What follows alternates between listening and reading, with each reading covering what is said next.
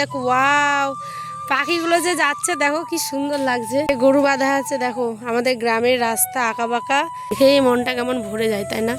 চারিদিকে সবুজ। তুমি বলো। বাইরে হচ্ছে মুষলধারে বৃষ্টি, আর আমার ঘরের ভিতরে একটা না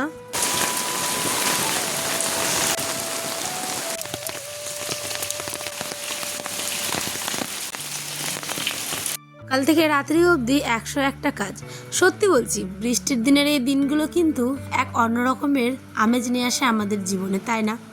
বৃষ্টির দিনের এই দায়িত্বগুলো কিন্তু একা সামলানো মুখের কথা না। আর ভাঙা ক্লান্তি আর খাটুনির পর আজ রাতে নিজের জন্য কি করব সেটা ভাবতে ভাবতে কখন যে সকাল হয়ে গেছে, দু চোখ খুলেই দেখি বেলা হয়ে গেছে অনেকটা।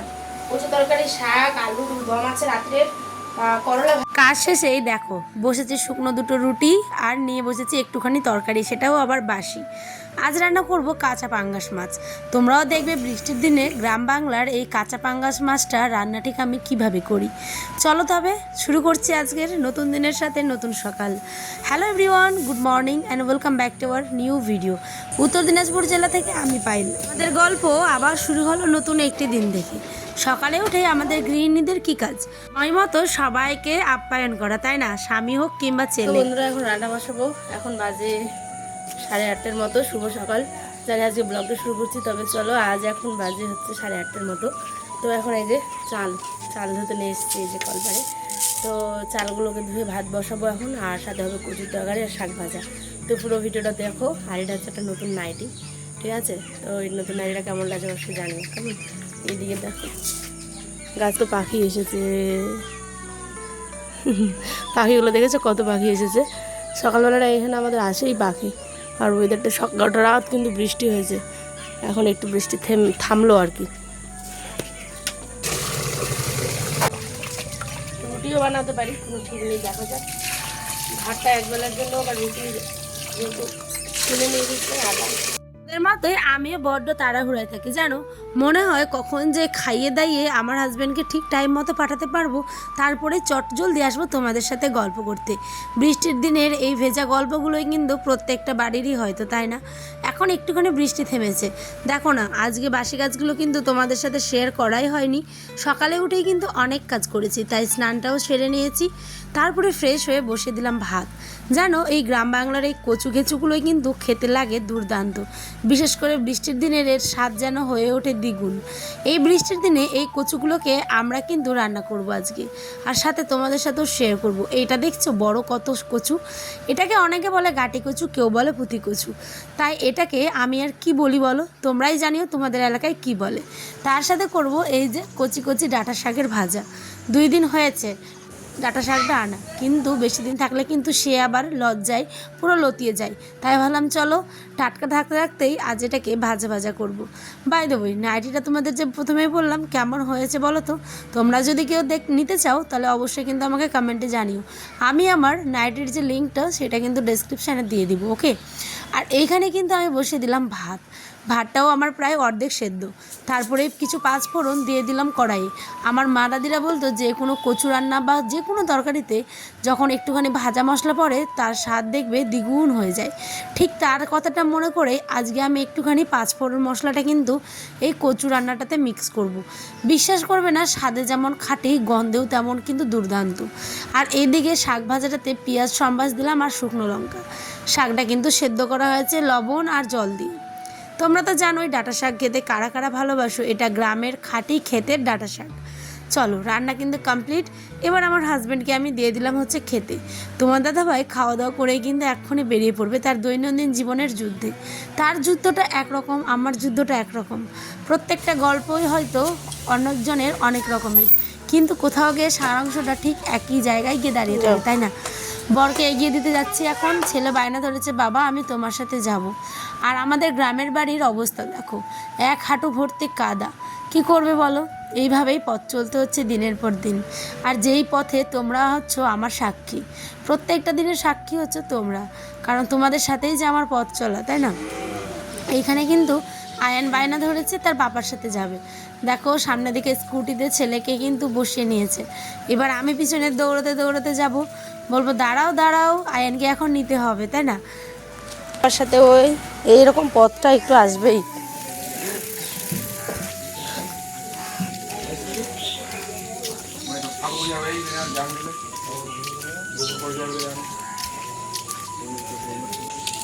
ও এখন চলে গেল। এখন আমরা আয়নকে আমি এখন মুখ ধোয়াবো, খাওয়াবো, সমস্ত কাজ এখনো পড়ে আছে। এদিক বৃষ্টির দিনের মানে জীবনযাপনটা একটু কষ্টেরই হয়, কারণ যাদের বিশেষ করে টিনের ঘর তাদের জন্যই বলছি। বৃষ্টির রিমঝিম শব্দে যেমন ঘুমটা ঠিক দ্বিগুণ হয়ে যায়, ঠিক ততটাই আতঙ্কে কখনো বুকটা আবার কেঁপে ওঠে, এই রে টিনটা উঠলো বলে। আর সাথে যদি থাকে ফুটো টিন, তাহলে তো হয়েই গেল। কি বলি বলো তো, বৃষ্টির দিনের এই টিন থেকে জল পড়াটা এক অন্যরকমের ভয়ের কারণ হয়ে দাঁড়ায়। কিন্তু কোথাও গিয়ে আবার এই টিনের ঘরেই যেন শান্তি। সত্যি বলতে বিল্ডিং বাড়িতে থেকে এই টিনের ঘরের শব্দ শোনা বৃষ্টির তোমরা হয়তো ফিল করতে পারবে না, কিন্তু যারা থাকে তারাই জানে এই ঘরের আনন্দ, এই ঘরের মজা। বিশ্বাস করবে না, এ নিয়ে কিন্তু আমার কোনো দুঃখ নেই, অভিযোগ নেই। আমি এই ঘরেরই এক রানী, তাই না? যেখানে আমি আমার ছোট্ট রাজপ্রাসাদটুকুকে সুন্দর করে গুছিয়ে সাজিয়ে ভালোবেসে যত্নে দিনের পর দিন করে তুলি।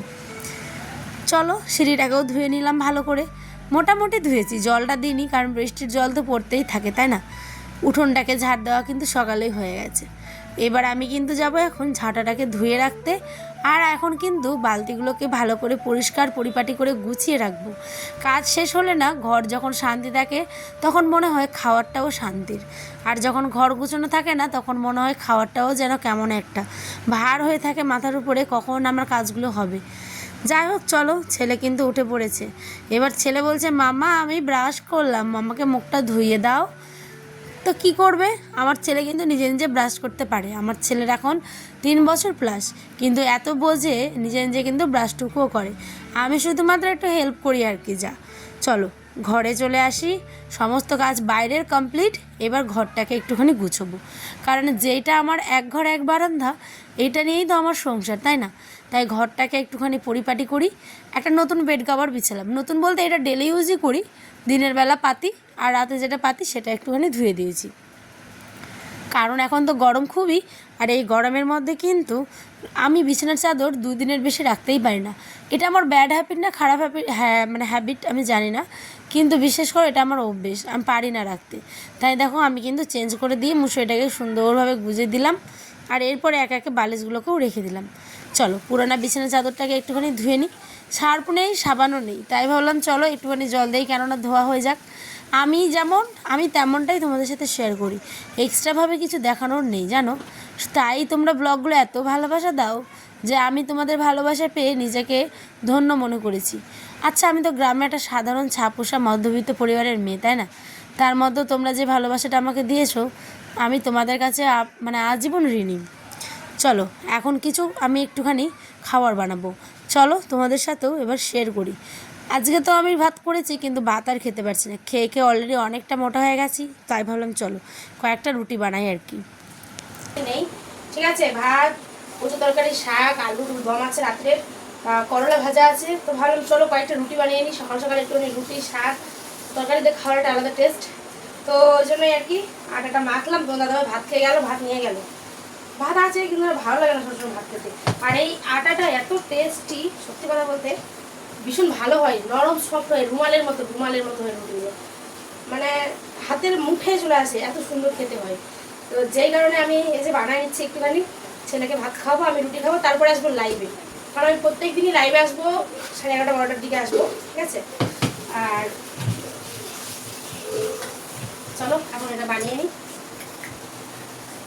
দেখো গাইজ 3টের মতন বানালাম, এই যে গুন্ডা করলাম 3টে, ঠিক আছে? আর এখন বাজে 11:15, ছেলে আমার ভাত খাই বলে থালা নিয়ে বসে আছে দেখো। তো আগে এগুলো একটুখানি বানিয়ে নিই। দাঁড়া না দিব দাঁড়া। একটা জিনিস চাইছে, ওই তখন থেকে এটা চাইছে। এই যে এই মটরগুলো, তোমরা কে কে খেতে যাই না, এই যে এই মটরগুলো ওই খেতে ভীষণ ভালোবাসে, কিন্তু খালি পেটে দিতে ইচ্ছা করে না। এই নাও ধরো, দাঁড়া আমি দিচ্ছি। সম্পূর্ণগুলো দেওয়া যাবে না, ঝাল করছে, খাও ওগুলো।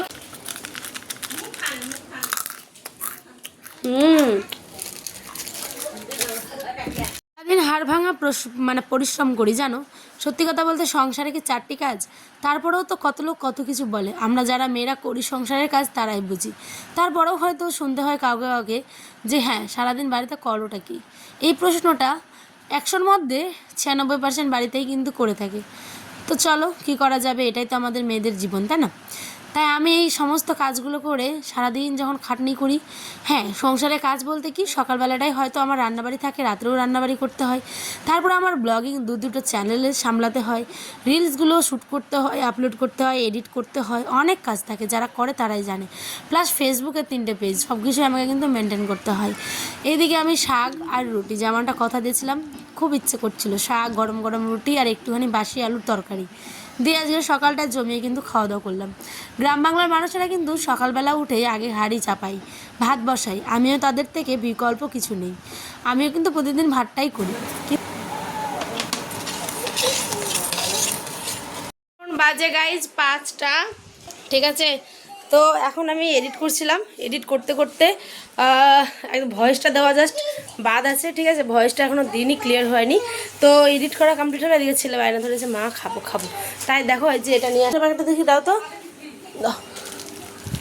এই যে এটা পার্লে জি, দেখছে পার্লে জি, এই বিস্কিট মানে সুপার জি, পার্লে জি না বলছি আমি, সুপার জি বিস্কিট। নাও ধরো ধরো ধরো।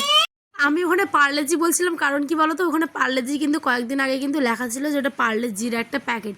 তো আমরা যদি পার্লেজি খেয়েছি তাই ওটা সুপার জি হয়ে গেছে। এখন যাই হোক চলো একটুখানি চা খাবো। সারাদিন অনেক কাজ করেছি গো, অনেক কাজ, এডিটিং করতে করতে প্রায় মাথাটা ধরে গেছে বলতে পারো। তাই একটুখানি বিস্কিট আর একটুখানি চা খেয়ে নিজেকে ফিট করে যাব হচ্ছে এখন ভিডিও আপলোডিং করতে। ভিডিও আপলোড করতে দেখো আয়ন সোনা যে দৌড়াচ্ছে আর আমাদের মাঠের রাস্তা, আর ওইদিকে দেখো ওয়াও পাখিগুলো যে যাচ্ছে দেখো কি সুন্দর লাগছে। এদিকে গরু বাঁধা আছে, দেখো আমাদের গ্রামের রাস্তা আঁকা বাঁকা, আর কি সুন্দর প্রকৃতি, দেখেই মনটা কেমন ভরে যায়, তাই না? চারিদিকে সবুজ, দেখো যত দূর চোখ যায় তত দূর সবুজে সবুজে মোড়া।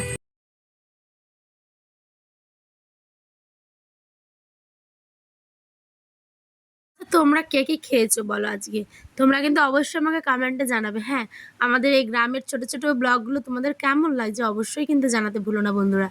এদিকে বৃষ্টির দিনে আজ জমিয়ে কাঁচা পাঙ্গাস মাছ রান্না করব।